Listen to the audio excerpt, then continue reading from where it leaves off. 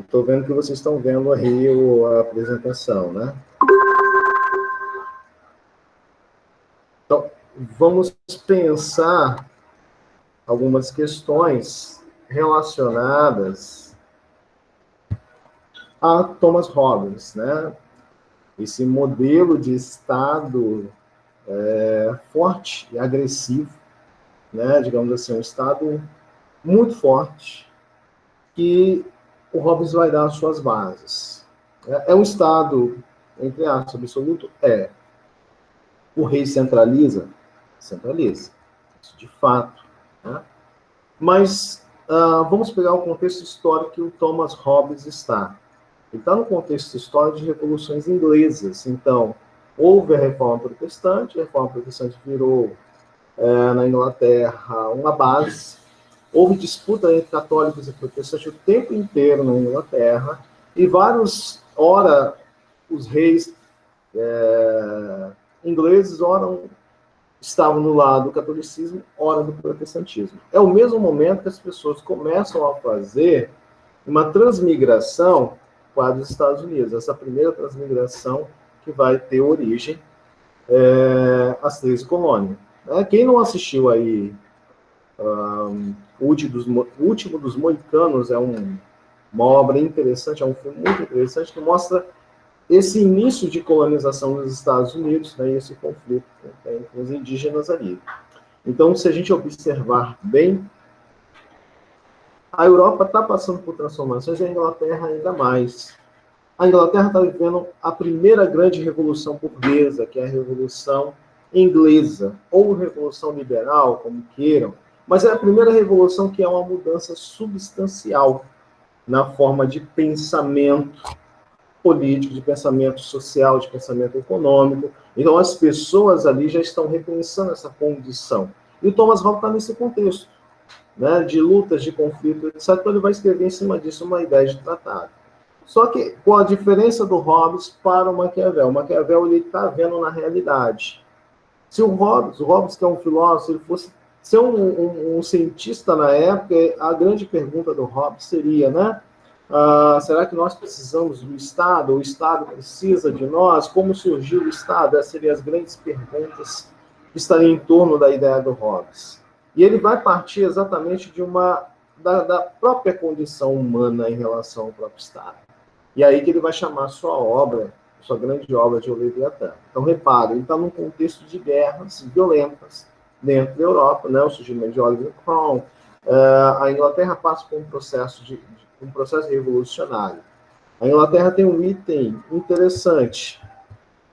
Desde os períodos mais antigos, né? Desde o período medieval, a Inglaterra contava com a Câmara dos Lordes, sempre um grupo que basicamente protegia e protege, na verdade, até hoje, a figura do monarca. E essa Câmara de Lordes, ela que aconselha, até hoje, né, digamos assim, mas claro que da mudança da Idade Média até para a Idade Contemporânea, também é um lapso muito grande. Óbvio que ela vem vivendo transformações grandes, mas existia desde o reinado do João Sem Terra, grupos ligados à elite aristocrática que aconselhavam o rei. Isso deu para a Inglaterra uma vantagem na hora de pensar suas próprias revoluções liberais. E aí o Hobbes vai escrever o livro O Leviatã, não é à toa, né? E olha que interessante.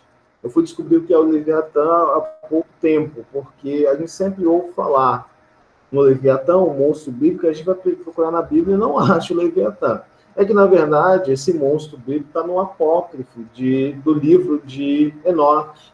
E aí, lendo o livro de Enoque, eu achei o Leviatã, que seria uma espécie de monstro, uma espécie de jacaré, que sai devorando almas e etc. É uma ideia de apocalipse, né, em cima do Leviatã, e o Hobbes pega esse monstro, na verdade tem outro monstro lá, que eu não me recordo o nome, mas são dois, um deles é o Leviatã, e mostra como o Estado ele é poderoso. O Estado, nessa obra, por exemplo, a capa dessa obra que Hobbes coloca, é um homem todo-poderoso com uma espada com escudo e feito de vários pequenos homens, a sociedade civil, né, que somos nós, a sociedade civil em relação à sociedade política, que é o Estado. E o Hobbes vai partir de uma pressuposição: os homens são egoístas. E ele vendo o que está acontecendo na Inglaterra, vai dizer: não, os homens são egoístas. E aí vem a ideia do conflito. Qual a ideia do conflito? É o conflito dos interesses. Nem todo mundo tem o mesmo interesse que os outros. Hoje, na ciência política, a gente define isso como grupos de interesse. Grupos que utilizam métodos, estratégias para chegar ao seu objetivo, né? Então, esse conflito de interesse que define a condição humana. Então, o ser humano está o tempo todo numa condição de desejo perpétuo pelo poder. E esse desejo pelo poder leva os homens a um conflito também perpétuo. E aí que tem que aparecer a figura do Estado. É aí que o Hobbes fala em sua primeira instância, né, do estado de natureza. O que seria o estado de natureza para o Hobbes? É um estado primeiro do ser humano, é um estado de guerra de todos contra todos, né? Todo mundo tem, no estado de natureza, o seu direito natural de proteger a sua própria vida.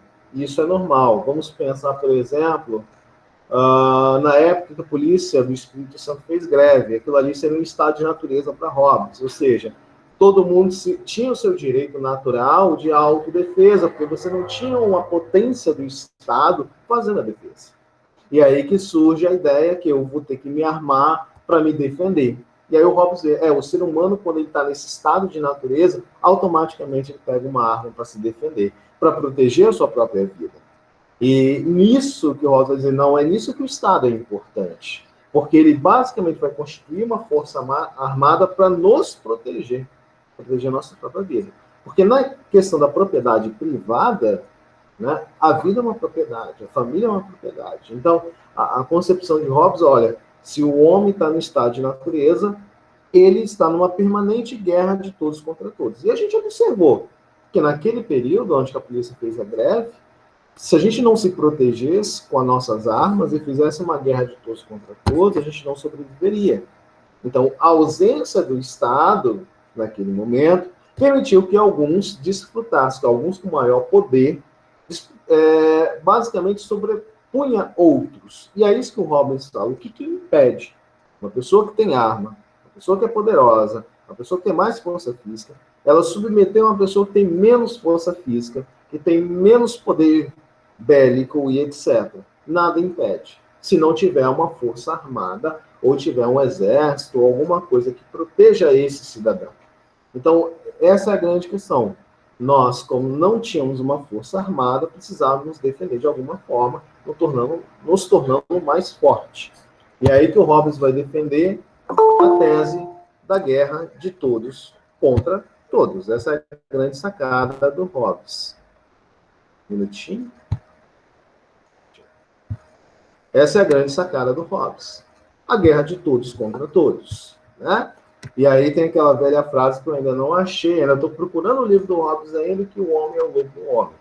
Ainda não achei, mas se eu achar, eu falo para vocês. Mas a ideia da guerra de todos contra todos, essa existe. Essa seria a ideia perpétua da natureza do ser humano, quando ele não tem essa proteção do Estado forte. E aí os indivíduos, eles basicamente, quando querem ter essa proteção, eles vão renunciar ao seu autogoverno. O que é o autogoverno? É o self-government, que é do inglês. O que é esse poder do autogoverno? Nós somos livres e nos autogovernamos, ou seja, eu tenho as minhas decisões. Mas para viver em sociedade e não ser submetido a alguém mais forte, o que eu faço? Eu dou parte da minha liberdade para alguém, que é o Estado. E aí eu faço um contrato. É aí que Hobbes tira a ideia do contrato. Nós, quando nascemos, querendo ou não, nós precisamos da força do Estado, então nós fazemos um contrato. Eu dou parte da minha liberdade e você me protege. É o que nós chamamos de liberdade positiva e negativa. A liberdade positiva é tudo que eu quero fazer e não tem lei que me impede. Então eu posso dizer que algumas pessoas em situação de rua pode ver uma liberdade mais positiva do que a gente, porque não há uma regra, entre aspas, que não há uma regra, né? Acaba tendo uma regra entre eles, ou acaba acontecendo uma certa violência. Mas, em teoria, esses indivíduos que estão na rua, eles não têm um regramento. Então, assim, o Estado não tem esse poder todo. Então, vira uma liberdade positiva, não tem que seguir regra. Nós, que decidimos viver em sistema de regras, nós temos uma liberdade negativa, que nós somos tolhidos. Porque eu doei parte da minha liberdade ao Estado. E agora, ele, com essa liberdade, ele pode também fazer a justiça para mim. Eu não preciso fazer a justiça com as próprias mãos, porque, teoricamente, o Estado faria essa justiça para mim, tá? Então, assim, o Estado, ele agiria em nossa defesa, em nosso nome. E aí, Hobbes vai considerar que somente o Estado é capaz de assegurar essa paz, a autoridade, né, sobre o súdito. E aí que aparece a figura do soberano. O súdito, ele obedece o soberano, mas aí que tá a grande questão em Hobbes, né, que, assim, muitos historiadores, filósofos, cientistas sociais, eles discutem se esse soberano que aparece em Hobbes é exatamente o rei, né? Isso não tem uma definição exatamente se é o rei ou se é uma assembleia ou se é um conglomerado de pessoas que assumem o poder como soberano. Mas pensamos que fosse um monarca, o súdito, ele obedece ao suzerano porque ele tem esse poder. Esse soberano, aliás. Esse soberano, aliás, poderia ser o próprio Estado, né? Não uma figura de alguém. Então, o direito do soberano é ordenar enquanto súdito. Ele obedece. Isto é, resultado de consentimento. Ou seja, quando nascemos, nós consentimos, assim, moralmente, socialmente, nós consentimos ao Estado que ele tenha poder sobre nós, e nós doamos parte da nossa liberdade vai para ele. Nós consentimos fazer regras sociais, fazer leis de trânsito, Código Civil, Código Penal, é um resultado de consentimentos. Nós consentimos que o Estado faça a lei e nos organize em sociedade para que nós consigamos viver em grupo. Porque, do caso contrário, aí afirma Hobbes, do caso contrário, nós teríamos uma permanente guerra de todos contra todos. Aí aparece a primeira palavra, que é a ideia do consentimento. Eu vou consentir ao Estado essa possibilidade dele governar, dele ordenar a sociedade, tá? E aí aparece a figura do contrato social, essa ideia do contrato social. Nós fazemos um contrato com o Estado em nossa defesa e nós doamos parte dessa liberdade. Então, Hobbes vai enfatizar essa ideia do Estado todo-poderoso. E aí o Estado é realmente todo-poderoso, entendeu? Porque ele vai criar leis. E essa ideia do Estado todo-poderoso do Hobbes, parece que esse Estado todo-poderoso, ele é inatingível, mas não é verdade. O Estado, ele torna-se poderoso porque é a lei de assegurar uma condição de vida para a gente. Essa é a grande ideia de Hobbes, né? Parece que quando a gente fala do Estado todo-poderoso, parece um Estado meio que fascista, que ele tem todo o poder, ou nazista, né? Nazi-fascista. Parece que ele tem todo o poder em suas mãos e, assim, ele ordena a sociedade de uma forma arbitrária. Não é isso que o Hobbes está dizendo. O que Hobbes está dizendo é uma outra coisa, que nós consentimos ao Estado para ele criar leis, para criar condições para a gente viver em sociedade. Então não tem nada a ver com o Estado fascista ou nazista, como era falado lá na visão de alguns pensadores, ou na visão que se falava no ensino médio, né? Então, qualquer governo é melhor que a ausência do próprio governo. E por que o Hobbes parte dessa coisa? Porque, na verdade, como a gente observou isso em prática, né? Se a gente não tem a PM nos protegendo, quem vai nos proteger? Essa é a grande questão de Hobbes, né? E até a conjuntura que ele está vivendo, e querendo depor o rei de toda forma, ele vai dizer, olha, cara, qualquer governo é melhor do que a ausência de governo, porque a ausência de governo leva a gente para uma situação de egoísmo, e egoísmo leva a gente a questão de conflito. E nós acabamos tirando do outro, aquilo que nós não temos, porque não tem alguém que diga, não, não pode fazer isso, né? Então, quer dizer, o despotismo, né, o pior que seja, é preferível ao mal maior da anarquia. Olha que coisa estranha. O Hobbes, ele defende a ideia de um poder de alguém, né? Arbitrário? Não. Ele segue um conjunto de leis. Mas ele prefere o poder de alguém. A violência civil. à violência generalizada, ao medo, né? À morte. Essa é a grande ideia de Hobbes, o medo. O Estado ele tem que colocar, de certa forma, uma regulação e até de medo, né? Hoje que o Bauman chamaria de medo líquido, né? Esse que nós temos hoje. Nós estamos a todo momento nos vigiando e sendo vigiados e vigiando o outro, seja no trabalho, seja na escola, seja em qualquer lugar. Nós temos câmeras para todo lugar e nós reivindicamos isso o tempo todo. Olha que coisa, como se modificou. Porque é a questão do medo. Nós temos medo de morrer, medo de ser roubados, assaltados. Então, o Hobbes já está falando isso. Nós, o tempo todo que saímos, nós temos medo. Nós preferimos ser o quê? Vigiados, por câmera, por policiais, etc. Para dar uma sensação, e não que é segurança efetiva, mas a sensação de segurança. Então, nós, hoje, talvez, em relação a Hobbes, nós talvez estejamos numa situação até de mais submissão que aquele período. Porque nós permitimos que nós sejamos vigiados pelo nosso medo inconstante. Nós temos o medo. E esse medo nos aflige o tempo todo, né? Principalmente aí, né? Falando sobre principalmente a mulher, né? Na nossa sociedade, é um constante medo que a mulher sente da violência física, psicológica e social. Até mais ela, na nossa sociedade brasileira, do que outros. E no mundo também a gente acaba percebendo em alguma sociedade esse medo, ele se alastra mesmo, né? Talvez lá nos Estados Unidos o cara tenha medo das bombas ou do terrorismo, mas no Brasil a gente tem medo exatamente de nós mesmos. Então a gente dá ao Estado esse direito de vigiar-nos o tempo inteiro, né? Tanto que isso está virando um palco até de alguns candidatos à prefeitura fazer uma vigilância ainda maior em nossa sociedade, ou seja, o tempo todo nós queremos câmeras, nós queremos acesso à vigilância mais rápida, mais qualitativa, para que não ocorra a violência, ou a gente não sinta medo, tá?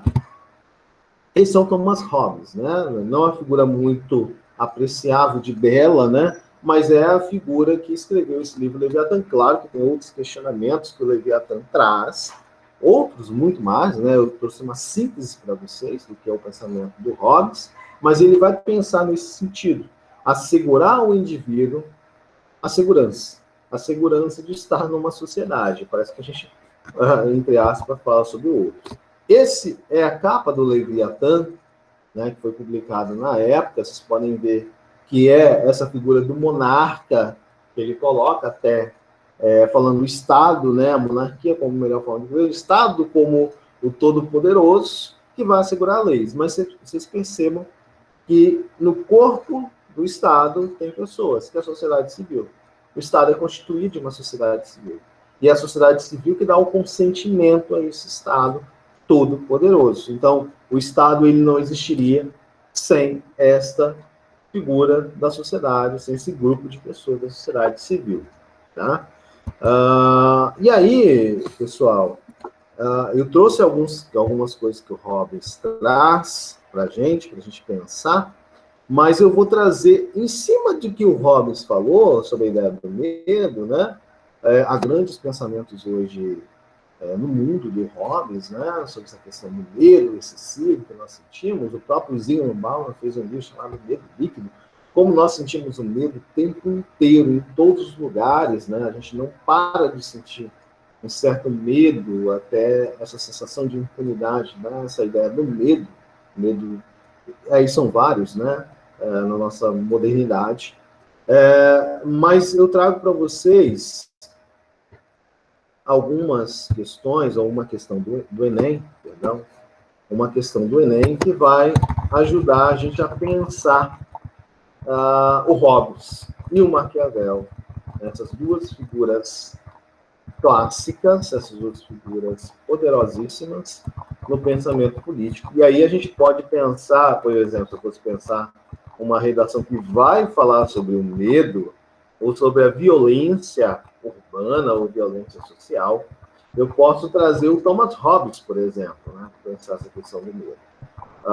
Se eu vou falar, por exemplo, questão de leis, eu posso trazer o Thomas Hobbes aí também, nessa questão de leis, que ele vai dizer, né? Olha a questão do Enem de 2013, né? Está referindo-se a Maquiavel, e ele já caiu, e cai bastante. Se eu for pensar o comando da questão, né, e aí eu posso começar pelo comando, e até é interessante que vocês comecem pelo comando, porque o comando ele vai dizer o que você vai fazer, né, e para definir qual seria a estratégia de vocês. Se eu preciso ler o contexto ou não. Porque, às vezes, em determinada situação, não precisa nem ler o contexto da questão. Então, a partir da análise histórica do comportamento humano em suas relações sociais e políticas, Maquiavel define o homem como um ser. Por esse comando, né, eu já sei que, se eu conheço Maquiavel, eu já li, eu tive contato com ele, eu posso tentar responder. Porque eu já sei que Maquiavel ele define o homem como um ser egoísta, né? Aí eu poderia pensar, letra A, munido de virtudes, com disposições natas a praticar o bem a seus outros? Não. Possuidor da fortuna, até porque Maquiavel fala da fortuna sim, mas para aqueles que são ávidos políticos que ganham a fortuna, possuidor da fortuna, valendo de riqueza para alcançar o êxito da política? Não, não é isso que Maquiavel está defendendo. Guiado por interesses, de modo que as suas ações são imprevisíveis e inconstantes. Pode ser uma proposição de Maquiavel. Naturalmente racional, vivendo em um estado pré-social e portando seus direitos naturais. Maquiavel não está falando de direitos naturais nesse momento. É posterior a ele. Sociável por natureza, mantendo relações pacíficas com seus pares, aí não seria Maquiavel, né? E aí a gente já... Quem conhece Maquiavel já mataria a questão. Né? Quem conhece um pouquinho de Maquiavel mataria a questão tranquilo, sem precisar ler o contexto. Mas a gente vai ler para fazer uma coisa completa, né? Nasce aqui uma questão. Se vale mais ser amado que temido, ou temido que amado? Respondes que ambas as coisas seriam de desejar, mas porque é difícil juntá-las, é muito mais seguro ser temido que amado. Quando haja de faltar uma das duas. Porque dos homens se pode dizer, de uma maneira geral, que são ingratos, involúveis, simuladores, covardes, ávidos de lucros. E enquanto lhes fazem bem, são inteiramente teus, oferecem-te o sangue, os bens, a vida e os filhos. Quando, como acima disse, o perigo está longe, mas quando ele chega, revolta-se. Então, Maquiavel já disse para a gente que os seres humanos são ávidos, são ingratos, são simuladores, são covardes, gostam do lucro, e só fazem bem aqueles que fazem o bem. Então, nós sabemos que, na visão de Maquiavel, o homem, ele é egoísta, ele é covarde. E aí a gente parte. Qual dessas questões aí está mais guiado pela ideia da natureza de Maquiavel?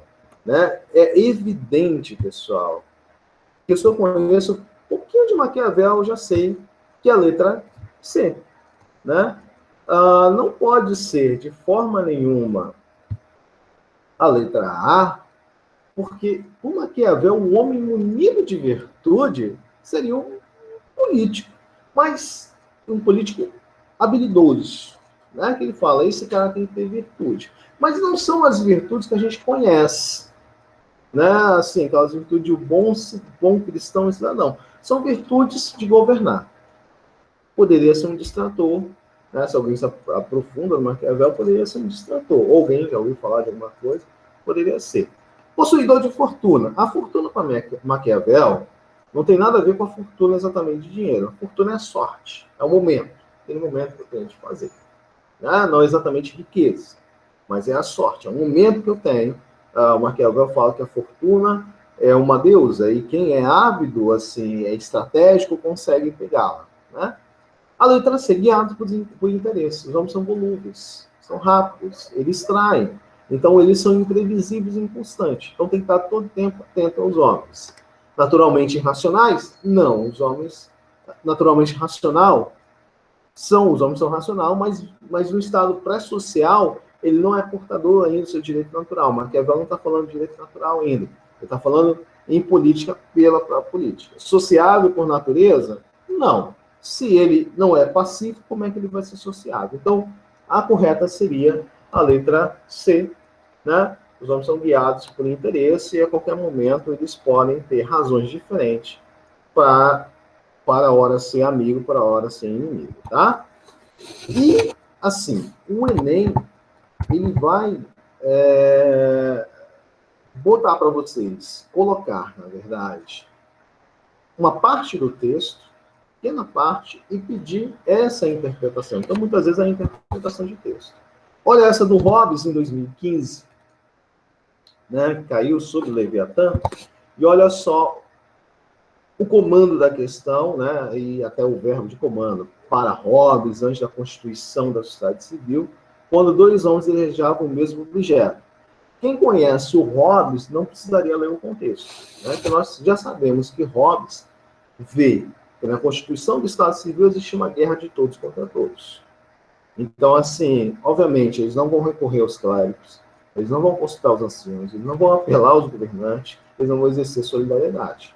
Né? Então, se já mataram a questão. Quem conhece o Hobbes já mata a questão quando se fala da ideia da guerra de todos contra todos. Mas, observem bem, vamos pegar o contexto para a gente fazer uma coisa efetivamente. Essa questão não é uma questão difícil. Né? A natureza fez os homens tão iguais quanto as faculdades do seu corpo e do espírito, que, embora por vezes se encontrem um homem manifestamente mais forte de corpo, ou de espírito mais vivo, do que outros, mesmo assim, quando ele se considera tudo isso em conjunto, a diferença entre um e outro homem não é suficientemente considerável para que um deles possa, com base nela, reclamar um benefício, a que outro não pode igualmente aspirar. Qual é esse benefício? O benefício da força. A natureza fez os homens tão iguais quanto suas faculdades do corpo, da força, do espírito. Né? Que, embora por vezes se encontrem um homem manifestamente mais forte de corpo e de espírito, mais vivo do que o outro, mesmo assim, quando se considerar tudo isso em conjunto, a diferença entre um e outro é suficientemente considerável para que um deles possa, com base nela, reclamar o benefício a que outro não possa igualmente aspirar. Ou seja, uma pessoa mais forte, fisicamente mais forte, com mais armas, ela submete ao outro facilmente, porque ela tem mais força. Então, Hobbes está dizendo aí a natureza do homem, o estado de natureza. O estado de natureza é uma guerra de todos contra todos. Então, a correta seria o quê? Letra A. Os homens entram em conflito o tempo todo, se não tiver um estado forte para assegurar leis. Uma força armada que assegura a força de todos contra todos. Então, vocês percebam que quem tem um mínimo de conhecimento nesses autores, ele consegue fazer efetivamente as duas questões sem, assim, muito esforço e ganha tempo, né? Nós precisamos de tempo no Enem. Então, a gente ganha muito tempo quando a gente já conhece esse determinado, ou esse, ou aquele autor que está se falando na questão. Aí até posso usar ele também na redação, dependendo de como vai ser essa redação. Bem, passamos ao Estado liberal, né? E aí o Estado liberal, ele diferencia do Estado absoluto por vários motivos. E aí a Inglaterra, com a Revolução de 1600, dos anos 1600, digamos assim, tem várias fases, ela já entra nesse modelo de Estado liberal. E aí, o liberalismo ele é uma doutrina política. Né? Assim, vocês ouvem falar na ideia de ideologia, mas ideologia na questão do Marx é uma falsa consciência. Eu não gosto muito de aplicar esse termo ideologia ao liberalismo, anarquismo ou socialismo, mas são doutrinas políticas que sustentam, né, uma forma de pensar, uma forma de entender o mundo. O liberalismo ele não surge, aí a gente vê nos livros didáticos, até às vezes alguns colegas acabam errando porque não pegaram essa base mais profunda. Porque a gente sempre ouviu o liberalismo como modelo econômico, né? E isso é um erro, assim, um erro fortíssimo. O liberalismo ele não nasce econômico, ele nasce político, tanto que ele nasce nos anos de 1600. E o Adam Smith, que vai projetar a sua ideia, ele vai projetar a sua ideia de liberalismo econômico só em 1700. Então, olha só, quase um século vai separar a questão do Estado liberal, ou seja, a maneira do liberal pensar politicamente, do cara que pensa o liberalismo econômico. É um lapso muito grande. E é muito diferente, por exemplo, uma coisa que se faz equivocadamente é relacionar esse Estado liberal com o Estado neoliberal ou com a economia liberal com a neoliberal. Há diferenças, às vezes, que são pontuais. Diferenças que, às vezes, se coloca no senso comum como se fossem iguais. O modelo de Estado liberal é diferente do modelo do Estado neoliberal, né? Apesar delas terem algumas coisas que convergem, né? Então, na esfera política, né, a principal característica que a gente vai ter no Estado liberal é a ideia da soberania popular. A ideia do direito, aí sim aparece a ideia mais forte, mais concisa do direito natural. A vida, a propriedade, a família, ou você ter seus bens, né? Então, a ideia do Estado liberal é que o poder emana da vontade do povo. E aí é diferente daquilo que havia as críticas muitas vezes em cima do liberalismo, dizendo, mas vocês querem vender tudo, né? O liberal quer vender tudo. Não é isso exatamente. Né? Os liberais do século XVIII não vão querer vender tudo. Na verdade, os liberais do século XVIII vão dizer, não, o povo tem direito. Essa é a grande questão. A vontade, o poder vai emanar do povo. Quem vai dizer o que a gente tem que fazer ou não é o povo. Então, esse fundamento, a crença na soberania popular, vai emanar primeiro dos liberais. Óbvio, vamos fazer pontuações, né? Nem todo liberal vai dizer que todo povo ele tem direito, porque esse conceito, esse termo, né, povo, substantivo, etc., ele é muito vago, né? O povo, a ideia de povo é muito vaga, e a gente usa isso na sociologia, na história, no senso comum, na nossa sociedade, na justiça, equivocadamente de uma forma muito abrangente. A ideia de povo, ela é muito ampla, né? O empresário é povo como o mais pobre é povo. Então, há diferenças eu posso englobar várias coisas nesse conceito de povo, mas as pessoas têm a tendência de pensar povo, ou população, hoje se pensa de geografia, como se fossem os mais pobres. E nem sempre é isso. Às vezes a vontade do povo é a vontade, na verdade, da maioria. E nem sempre a maioria é os mais pobres. Nosso país né? Mas nem sempre a vontade vai ser representada pelos mais pobres. Aí há as diferenças que a gente cogita. Dentro da Assembleia, nem sempre você vai ter, ou dentro do Congresso, nem sempre você vai ter o povo mais pobre sendo representado. Mas aquele cara vai ser auto-titulado de povo. Ok? Então, aí a gente passa para a esfera econômica. A ideia da liberdade que eu tenho de fazer o mercado livre, a livre concorrência. Mas isso vai aparecer somente um século depois das ideias do direito natural, das ideias da soberania popular. Né? A ideia do contrato, do empregador, isso vai aparecer um século depois. Nessa ideia das corporações, do Estado livre, da propriedade privada, ela aparece lá antes, né? Com os liberais políticos, aparece com eles, mas essa ideia de propriedade privada deles é ligada exatamente ao que é meu, ou também ao meu direito natural de me defender, o direito de ter família, de ter pai, de ter mãe, para eles é um direito, tá? Então, assim, não tem a ver exatamente com a esfera econômica, mas essa ideia vai ser levada para a esfera econômica, né? Que vai assim, eu quero o direito de fazer um contrato, eu quero o direito ao mercado livre, eu quero o direito a tudo. O livre mercado, livre concorrência. Então, isso vai aparecer e vai ser muito forte hoje no neoliberalismo, que é a livre concorrência, tá? Que vai ser hoje até muito desigual. Na esfera social, né? Os guardiões da ordem, né? Os guardiões da responsabilidade, da segurança da ordem social, mas essa ordem a gente tem que relativizar, que seria isso, né? As relações entre os indivíduos, ou a ideia do individualismo, ela é mais posta, mas como assim a ideia de individualismo? Hoje a gente fala um individualismo muito mais potente. E a ideia do individualismo na época era o seguinte, olha, eu posso ir na rua e voltar sem alguém me perguntar porque eu fui na rua, eu quis ir na rua, é meu direito de ir e vir. Né? Então, essa ideia da individualidade que os liberais estão defendendo. Eu quero o meu direito de ir a determinado lugar e voltar sem dar satisfação a alguém. Então, a gente começa a separar o que é público do privado. A minha vida individual não tem nada a ver com a minha vida política, com a minha vida pública, etc. Perdão.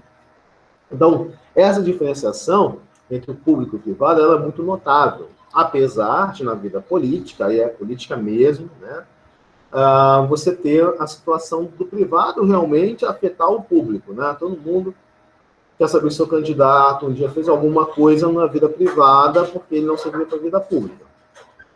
Todavia, nós, como sociedade civil, nós queremos essa separação muito forte, né? O que eu sou no meu trabalho, nessa vida publicizada, não deve ser respaldo da minha vida pública. Aliás, minha vida pública, ela não deve ter respaldo da minha vida privada e, consequentemente, vice-versa. Então, quer dizer, eu quero, e os liberais vão defender isso, a ideia da expressão da liberdade. Eu quero a liberdade de expressão, não como hoje, como a gente tem essa liberdade de expressão toda distorcida. A gente tem uma liberdade de expressão totalmente distorcida. A ideia que eu tenho de falar, de liberar a minha fala, de ter a minha preferência política, religiosa, os liberais vão defender. E aí vem a frase do Voltaire, por exemplo, né, que é o iluminista, é um cara ligado a esse liberalismo, que ele vai dizer, olha, posso não concordar com nenhuma palavra que você disse, mas vou defender até o último momento de dizer. Então, a ideia de igualdade, ou seja, eu quero ser igual ao outro, porque o cara que é burguês, ou o cara que tem grandes posses, ele não fica preso, e eu, que sou um cara pobre, posso ficar preso. Não, eu quero uma igualdade de direitos. Eu quero uma igualdade perante a lei. Então, isso vai ser defendido já no século XVII e XVIII, em cima desses pensamentos, né? Então, assim, há uma diferenciação, há um individualismo, não que esse individualismo seja como é hoje, individualismo totalmente perpétuo, né? Eu tenho que separar minha vida privada da pública. Mas é um individualismo que eu quero o direito de ter, de falar, de agir, de sentir. É isso que os liberais estão defendendo. E aí, um desses grandes pensadores vai ser o primeiro, né, o pai do liberalismo, que a gente considera, John Locke. Ele é o paizão do liberalismo. Então, pense bem, pessoal, se eu fosse pensar uma redação falando, por exemplo, liberdade de expressão, né, que pode ser um tema, eu basicamente poderia usar esse conceito, por exemplo, de John Locke, ou esses conceitos dos liberais. Por exemplo, os caras falavam sobre liberdade de expressão, mas não é essa liberdade de expressão a todo e qualquer rigor. Existia, eu quero o direito de falar, mas o meu direito de falar, de ser igual, ele tem um limite. Né? Essa liberdade, o quê? Negativa, ele tem um limite. Tudo tem um limite. E na liberdade negativa, tem um limite. Então, não posso dizer tudo que eu quero dizer, mas eu quero ter o direito de dizer. Essa é a grande questão. E aí vem várias polêmicas em torno dessas questões liberais, né? E aí o Locke vai entrar, ele tem duas obras, Locke é contemporâneo do Hobbes, isso, que seja bem dito, ele é contemporâneo, ao mesmo tempo que o Hobbes está escrevendo o Leviatã, o Locke, ele foge para a Holanda, que futuramente vai aceitar um rei de origem holandesa para governar, e ele foge. E nisso ele vai iniciar um tratado, né, isso vai ser um contrato social. Primeiro tratado sobre o governo civil, é o primeiro. E depois ele vai fazer o segundo tratado sobre o governo civil, e vai fazer uma coisa muito interessante, chamar de Carta da Tolerância. A tolerância que, na verdade, tem a ver com a tolerância religiosa. Porque na época você vai ter reis que perseguem, e reis católicos perseguem protestante, rei protestante persegue católico, e o Locke vai escrever lá uma carta de tolerância religiosa. Então já está pressupondo tudo que a gente já tem hoje. Né? Já está trazendo tudo que a gente tem hoje. Tanto que a gente fala em carta constitucional, né? Todo mundo é igual perante a lei, isso sai realmente do Locke, a ideia da igualdade sai dos liberais ali, principalmente do Locke, mas isso vai sendo construído, isso não vai entrar na Constituição de uma vez, isso vai sendo construído até que a nossa Constituição vai aderir todas essas ideias. Aliás, todas as constituições do mundo hoje aderem a essa ideia. Então, o poder político, de acordo com Locke, é o direito de fazer leis, aplicar a pena de morte ou qualquer pena menos severa, a fim de regulamentar e preservar a propriedade. Aí façamos o parente. Quando o Locke está falando da propriedade, ele está falando da família, da vida, da minha casa, dos meus bens materiais, e está falando, obviamente, também, quando ele está escrevendo, ele está falando dos bens da indústria que está surgindo, os bens da terra que eu tenho, por exemplo, ele está falando sobre isso também. Tá? Então ele fala o seguinte, bem, que vai me proteger quando os meus bens não estiverem assegurados? Uma força, né? Que é a força do Estado, que é as leis. Então ela vai entregar uma força para executar a lei e para defender o meu direito, né? Que aí as leis vão defender a ideia da república, o bem comum, né? Contra o poder de alguém, seja ele estrangeiro, seja ele queira fazer algo contra o bem público. Então, quer dizer, as leis vão assegurar aos indivíduos o direito de ter algo, seja a propriedade. A fala, o direito, a expressão, a liberdade de expressão, para Locke é uma propriedade, que tem que ser defendida pelo Estado. Por isso que as leis são importantes. Por isso que as leis fazem parte da ideia do bem público. Né? Então, quer dizer, defender esses princípios da liberdade é muito importante. Curiosamente, eu tive que ler todos esses autores, né? E eu fiz um seminário sobre Locke na universidade, uma vez, há muitos anos atrás, há mais de 10 anos atrás, e quando eu fiz esse seminário sobre Locke, segundo tratado sobre o governo civil de Locke, é interessante que, na verdade, o Locke, ele volta para a sua argumentação ficar realmente muito forte, ele volta lá em Adão e Eva. Né? Os primeiros capítulos do Locke é dedicado a essa ligação com a Bíblia, até porque ainda existia essa ligação com o religioso. E Locke vai dizer, olha, Adão e Eva são livres que nasceram nus. Eles são livres. E já que eles são livres, eles têm esse direito natural, e nós somos descendentes desse direito natural, obviamente, nós também somos livres. E nós temos nossos direitos também, queremos reivindicá-los. Então, para compreender corretamente o poder político, é necessário como funciona a condição do homem natural. E aí que ele vai voltar no estado de natureza, né? E vai dizer, nós somos totalmente livres. Adão e Eva nós somos totalmente livres. O Locke vai dizer, ninguém é mais soberano do que eu mesmo. Né? Então não preciso da autorização do outro para fazer a minha própria vontade. Não preciso da autorização de um soberano, um rei, um monarca, para fazer a minha vontade, né? O Estado que assegura aí, o Estado de igualdade não é um Estado de subordinação, é sem subordinação. Então, perceba como o Locke ele pega a argumentação muito interessante. Olha, todo mundo nasce livre. Se todo mundo nasce livre, todo mundo é igual. Né? Então, assim, aí que vem um grande problema, né? Não existe ninguém acima do outro.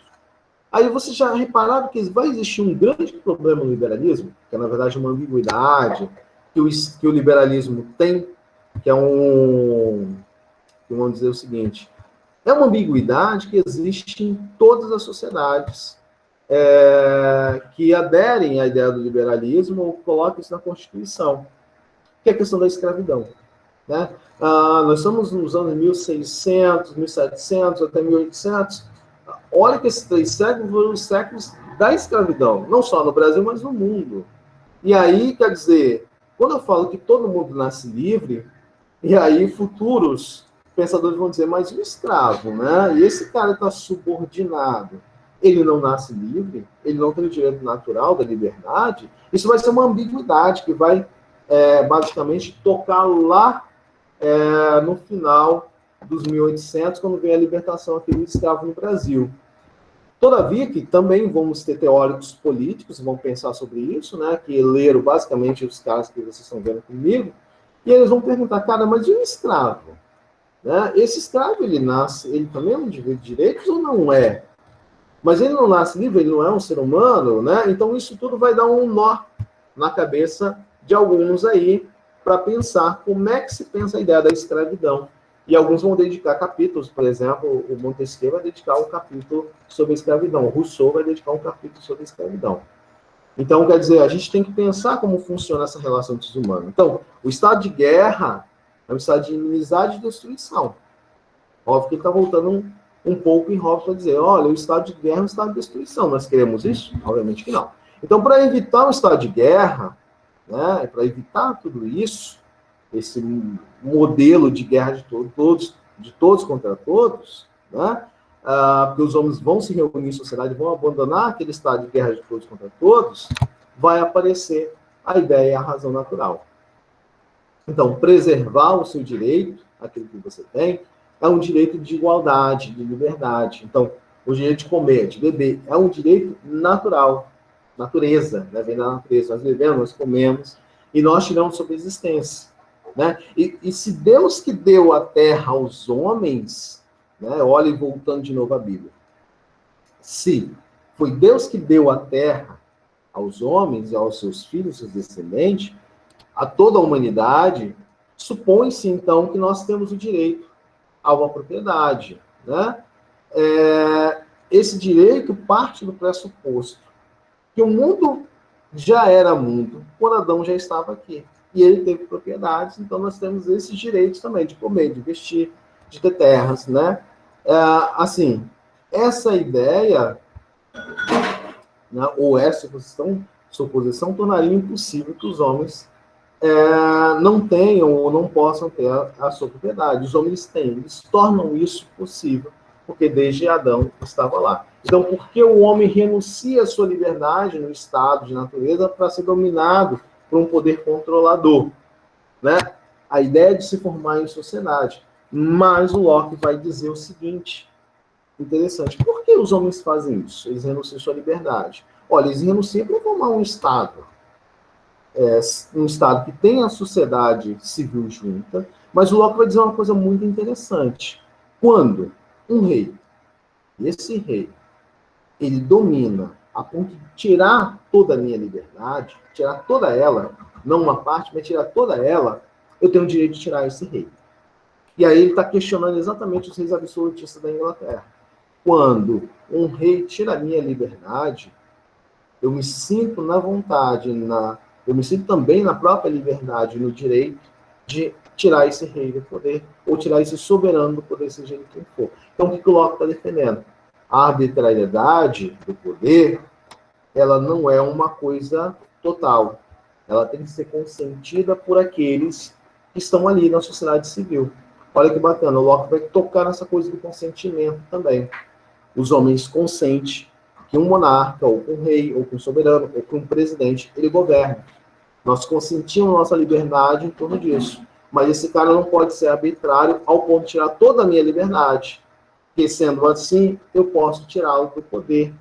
Porque ele está indo de encontro a uma lei natural, que é a própria liberdade.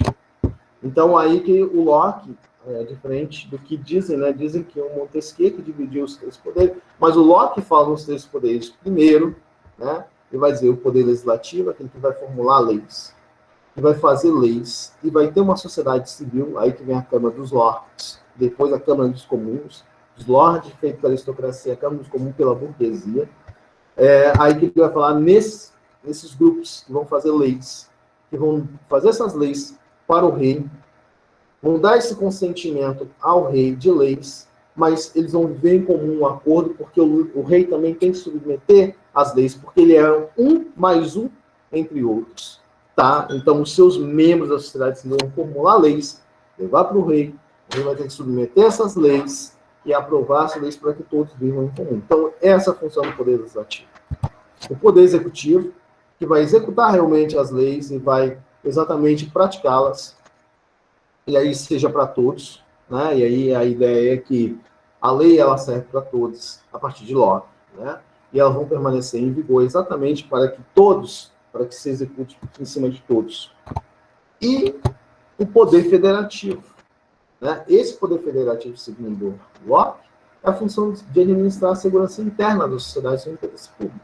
Nessa vigilância que nós temos, de vigiar, de administrar a ideia da nossa segurança. Quando a gente fala em Hobbes, nós estamos falando sobre medo. Quando nós estamos falando de Locke, nós estamos falando sobre a segurança que o Estado tem que dar a essa sociedade. Mas num comum acordo. Olha a diferença de um pouco, né, entre Hobbes e Locke. né? Um está falando de um Estado que é consentido, mas ele tem que ser forte para acabar com o medo da sensação. O outro está dizendo que nós temos que consentir tudo isso. Nós temos que dar tudo isso. Mas nós temos que aprovar esse conjunto de leis para que o rei ou o soberano se faça forte. Esse é John Locke, tá?